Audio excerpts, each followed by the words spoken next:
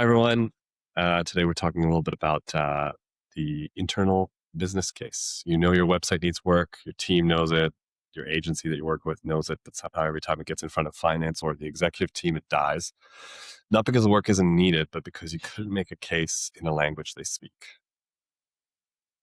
Yeah, pretty much the problem we often come across is it's not the website or the project, it's that just marketers and agencies, they struggle to, pitch this as a project that's going to have impact. So they pitch it as a design decision, but really the CFO, the leadership team, they need to hear the business decision behind this. Yeah. So we're going to break down how to build a business case, what to kind of look at, how to approach web in order to have a conversation more about risk, ROI, and instead of just sort of like the aesthetic and design practice. My name is Marcello. This is Simon. We are co-founders of a company called Tennis. We're a B2B website design and product development agency. We sat in a lot of rooms where marketing teams are trying to get budget. I mean, part of what we do is get to the point where we basically propose a solution and then work with internal teams to get approval. And usually it comes down to one thing, the way it's pitched internally. And sometimes we're brought in on those pitches, sometimes we aren't. So we've had a lot of exposure to how organizations are pitching these projects internally. Yeah. And the most frustrating part is that the business case is usually right there. The data exists, the pain is there, like everyone can see it and feel it, but it just hasn't been framed in a way that connects back to the executives making the decisions or Yeah, the return on investment. totally. So we're going to walk through how to build a business case from the ground up, what to include, what to leave out, how to frame a website investment so it stops feeling like a cost and starts feeling more like an opportunity internally. Before we get into it, why do most website business cases fail, Simon? What are your thoughts? Yeah, we touched on it at the start. Like it's pitched at as a creative project, and I feel like it makes sense for creatives and marketers. They're like, this is a brand thing, but they're not talking about it as a revenue project.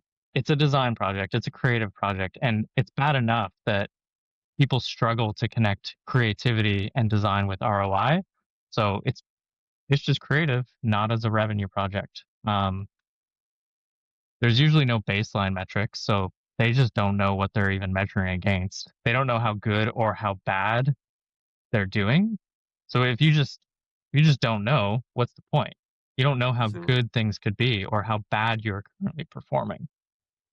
Um, we actually hear this. The we need a redesign. It's just such a vague scope, right? Like unpack that a little, and that's usually what our sales calls are. They're a little bit business therapy, design scoping calls to try to dig deeper into that we need a redesign question, which usually happens every 3 to 5 years, as we've also seen. And then there's usually no clear owner or accountability post launch. You and I love talking about this in our LinkedIn content. Treat the website as a product, not a project. And we really fail to see any sort of post launch accountability or ownership. And yeah, I mean, the best one is ROI is just hand wavy, right? It's based on benchmarks that don't actually apply to business metrics. Something simple as like traffic. Well, traffic for what purposes? Does traffic Mhm. even matter to your business? Like, so Yeah. those are probably the top five. Yeah, I think, like you said, most projects in this space, we talk about this a lot, are led with we want to redesign a website, and part of our job is to find out why. But when it comes to ROI on the website, like there's also other ways of looking at it. There's risk.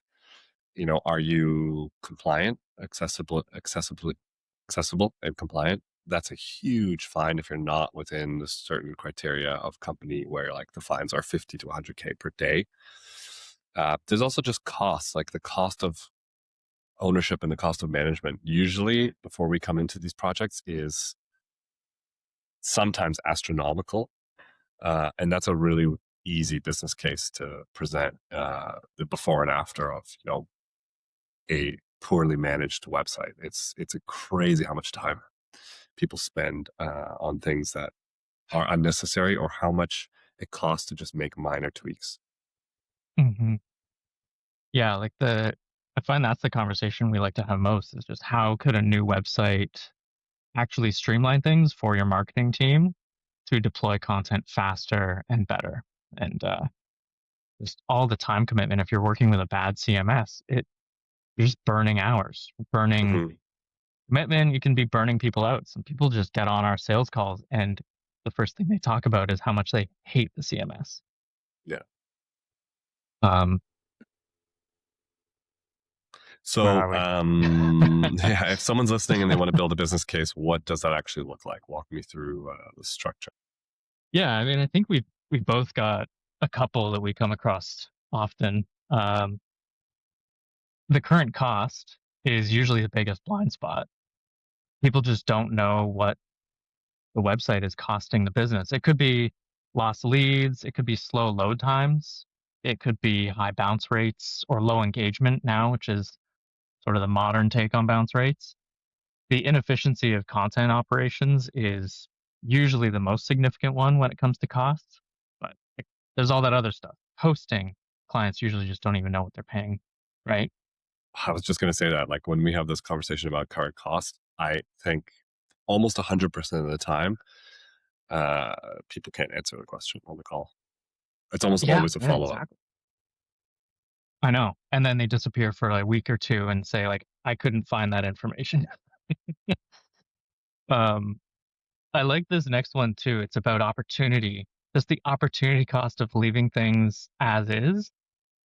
The world of sales, like go to market stuff, is moving so fast. It's moving at the speed of AI because everyone's sort of piling in to figure out how they can automate, how they can optimize. So the conversation around the go to market stuff is all about pipelines and integrations and getting data into the hands of the sales team, like signals and intent data. So if your website is legacy and it's just a static brochureware site, you're probably doing your sales staff or your BD people a huge disservice, and it's a massive opportunity cost for, you know, I mean, pretty much anything. Like the website is a sales tool. Um, yeah, I'm sure you've heard some others as well. Yeah, I mean, I think like there's a couple other ones. Risk of inaction, I think, is a big one. It's probably the hardest one to prove, but it's sort of similar to that opportunity cost, although it's more about competitive positioning, technical debt. Like, what happens if you continue scaling something that's not working, right? Like, how does that complexity increase in scope and cost? Yeah. And then the investment ask. So, how do you accurately put together a business case, basically, around the scope? Can you get creative with phasing if you need to? Like, these are conversations that need to be had with finance, but how does their investment strategy align with their fiscal year? Because there's a lot of there's a lot of things that we can do on the vendor side to help kind of bridge that gap, but we need to understand, if we don't have that conversation with finance directly, we need to understand from whoever we're working with, like, how can we get creative around building the solution. So I think when you go out to when marketers go out to vendors, it's just understanding that, like, some, I don't know if all, but vendors like us can be flexible. So we just need that, like, transparency around planning. And then the measurement plan. So how will you know if you hit the KPIs and measurements? What are the KPIs, the timelines that you're measuring within? And how do you know that there's been financial success there, basically? Hmm. Yeah, and that's the one thing we do with the start of every project is define the objectives, like the actual objectives. Totally. What are the user experience objectives, conversion objectives, financial, like all of that stuff. We try to Yeah. factor into our initial discovery session, and I find that that gets people situated with like some hard numbers, and Hmm. it's the through line through the rest of the project. Yeah. Yeah, totally. And then, the last one is, how do you connect a website to revenue? I think this one is more nuanced than we are positioning it because it depends on the company, right? Like, and it depends what their goals are. It's not always specifically revenue, but I think it can always be tied back financially. It just may not be, for some businesses, it may not be, you have direct sales coming from the website, because if you don't have an e-commerce site, or you don't have a marketing team that is really focused on generating leads from the website and converting and tracking that all the way through conversion, like that metric is not specifically going to work. There are ways you can do it. There's conversion, traffic, deal size, sort of like the revenue impact on conversion rate optimization. But then you need to be an organization that views the website as a marketing and sales channel, and you're invested in SEO, you're invested in AEO, you're invested in content development. And by invested, I don't necessarily mean paying someone, but you are all in on using the website as a content and marketing engine. If you're not doing that, then those metrics they don't really matter, to be honest. No, yeah. And you, like you said, you have to be all in on that. You can't Yeah, just sort of pick one and hope that just purely publishing content with FAQs is going to move the needle. Like that is totally. one tiny facet of a larger thing. And if you're not consistent with that, let alone like doing all of the schema updates and all of that additional tooling, you're just not going to see the needle move at all.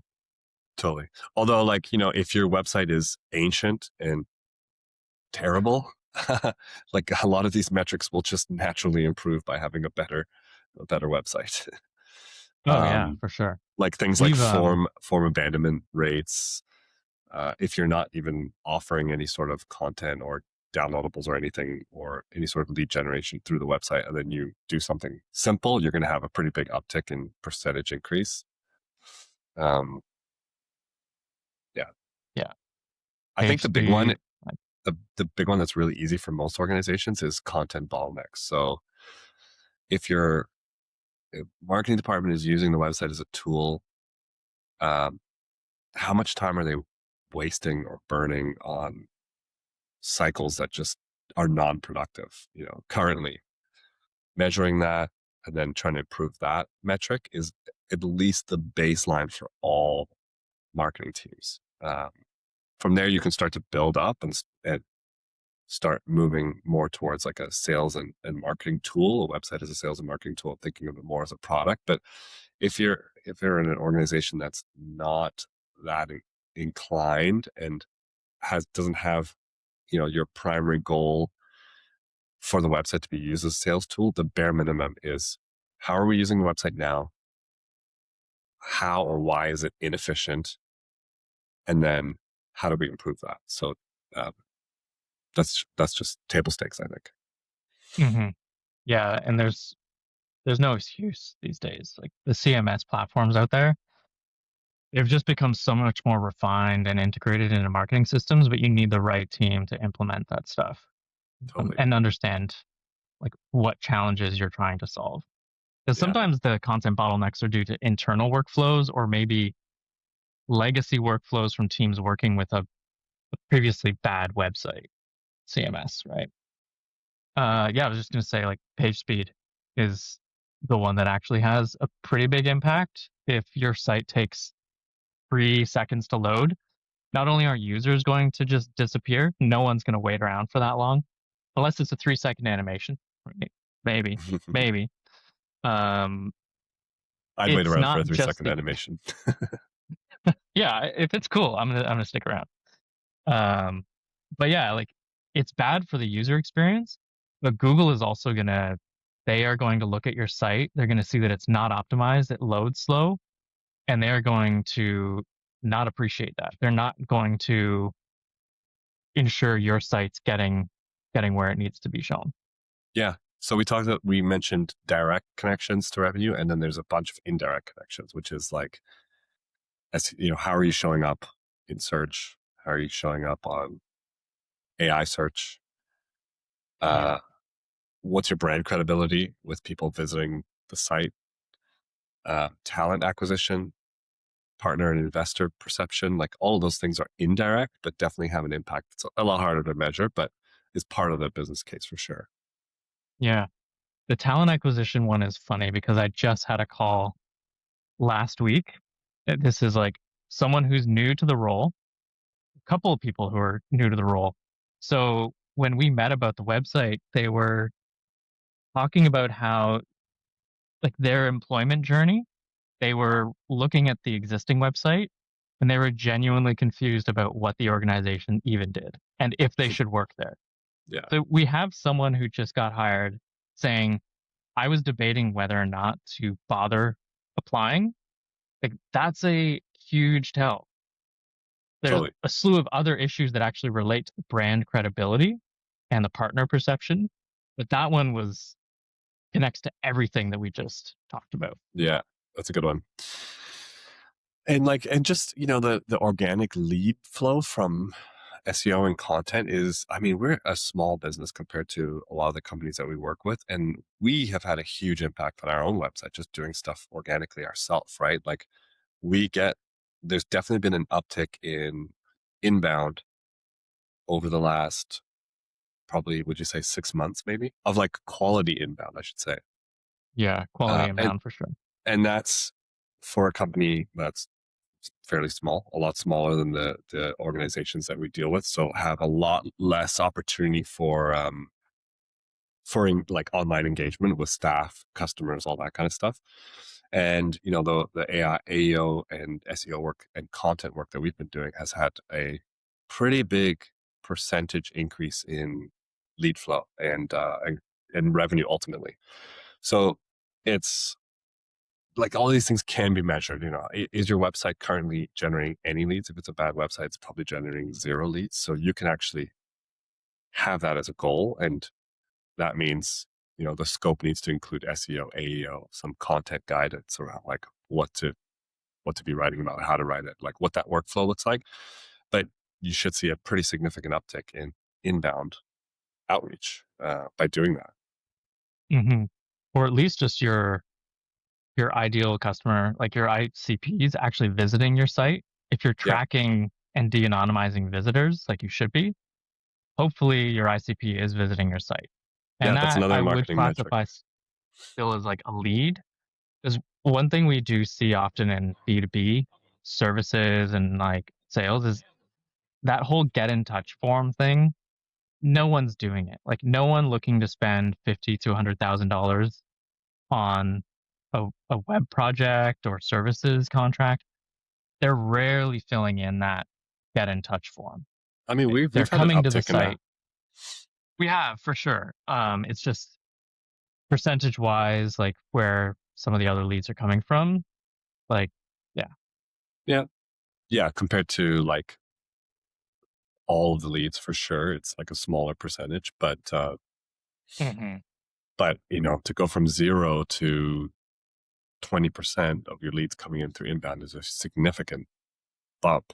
Sure. I think like part of it is just like, how do you filter, right? Like, how do you actually make sure that the people that are reaching out through the website are the right fit, and you're not wasting your time because there's so many spam.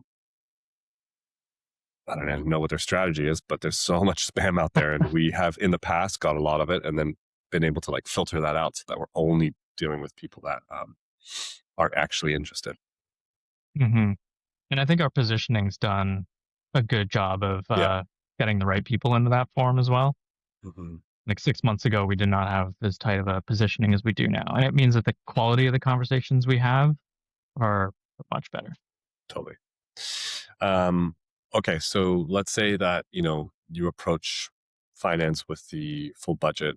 It's not going to get approved. How do you structure the ask to get momentum on the project, even though the full budget's not going to get approved? Our default is a phase based approach. Like, you get an annual budget, that budget has to go to marketing. So the web should take a portion of that marketing budget every single year if you're treating it properly. So if it's not big enough to do the whole thing in one go, work with the agency you're talking to start parsing it into phases. The phase Hmm. based approach works really, really well from a budgeting perspective, but also just a commitment and cadence perspective. Our last episode talked about doing too much, like boiling the ocean with a project. And it's exactly that. If your phase one is doing everything, all the integrations, the site rebuild, the workflow optimization, if it's everything, it's probably too much. And you'd want to phase base the project anyways, just for your team's sanity and focus. But this is also a great way of breaking it into phases. It's a more digestible budget for the leadership team. Totally.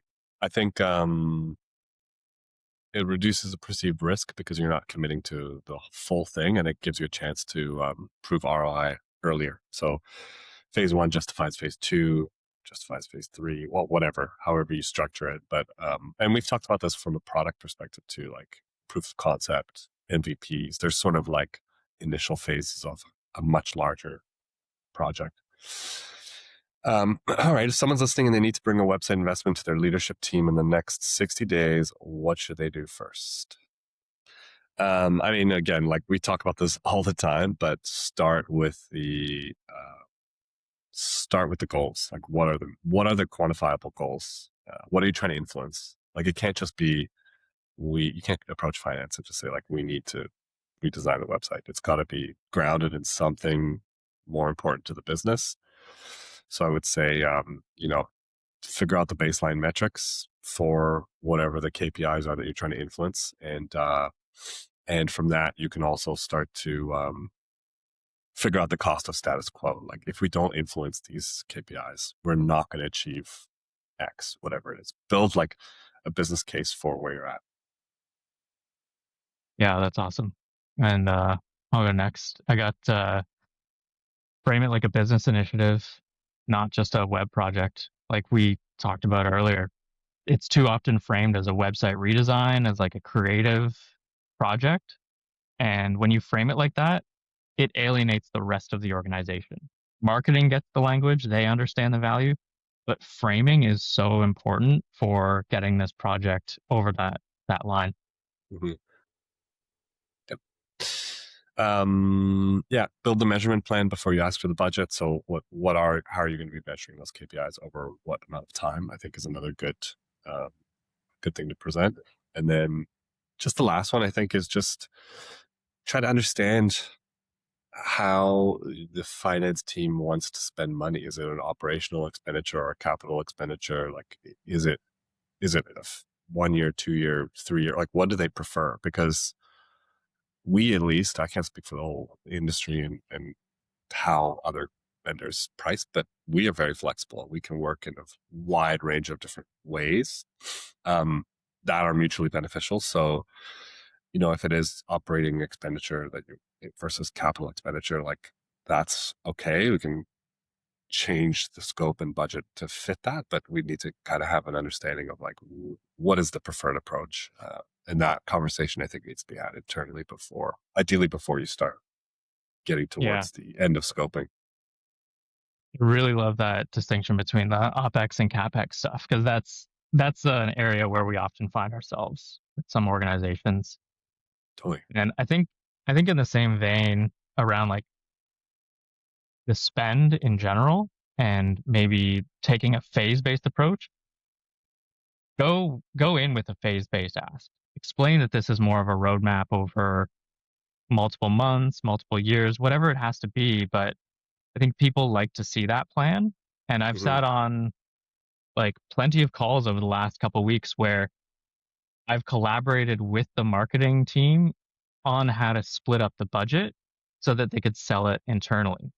So there was a whole strategy of, well, let's go in and ask for 50, even though we know we only need 30. And the marketing team's aligned on that because they know that they can go in high, but they also have the backup plan for the lower if they can't do the high amount, right? Mm-hmm. And if they can, then it totally changes the course of the project as well. So it's a win-win. They know they're going to get the money, they just don't know how much. And if they can phase it out, it shows a level of strategy. Yeah, totally. All right, last thought. If a marketing leader takes one thing from this episode, what should it be? Mhm. I think, yeah, mine would be Yeah, stop pitching it as a website. Like that's the biggest thing. Stop pitching website projects and website redesigns. Start pitching it as growth or Yeah. something. Website Yeah. is product, website is infrastructure, website is a revenue tool and a sales tool. Like you got to get away from design. Design is Mhm. a function, right? It is not an outcome. Yeah, totally. Um, yeah, I mean, I'm I'm totally aligned with that. I think that, CFOs aren't saying no to a new website. They're just saying no to un, they're saying no to, I guess, risk. And if there's no business case and there's no plan, then there's a higher chance, higher perceived risk. So that's really why, the finance teams are saying no, not because of the website redesign. It just needs to be presented in a way that's more of a business case. At Tennis, we help marketing and product teams build strategic cases for web investments as part of our process, and then actually execute them. If you're trying to get a project approved, we'd love to talk. And please subscribe. Thank you. Awesome. Bye. All right. Thank you. See ya.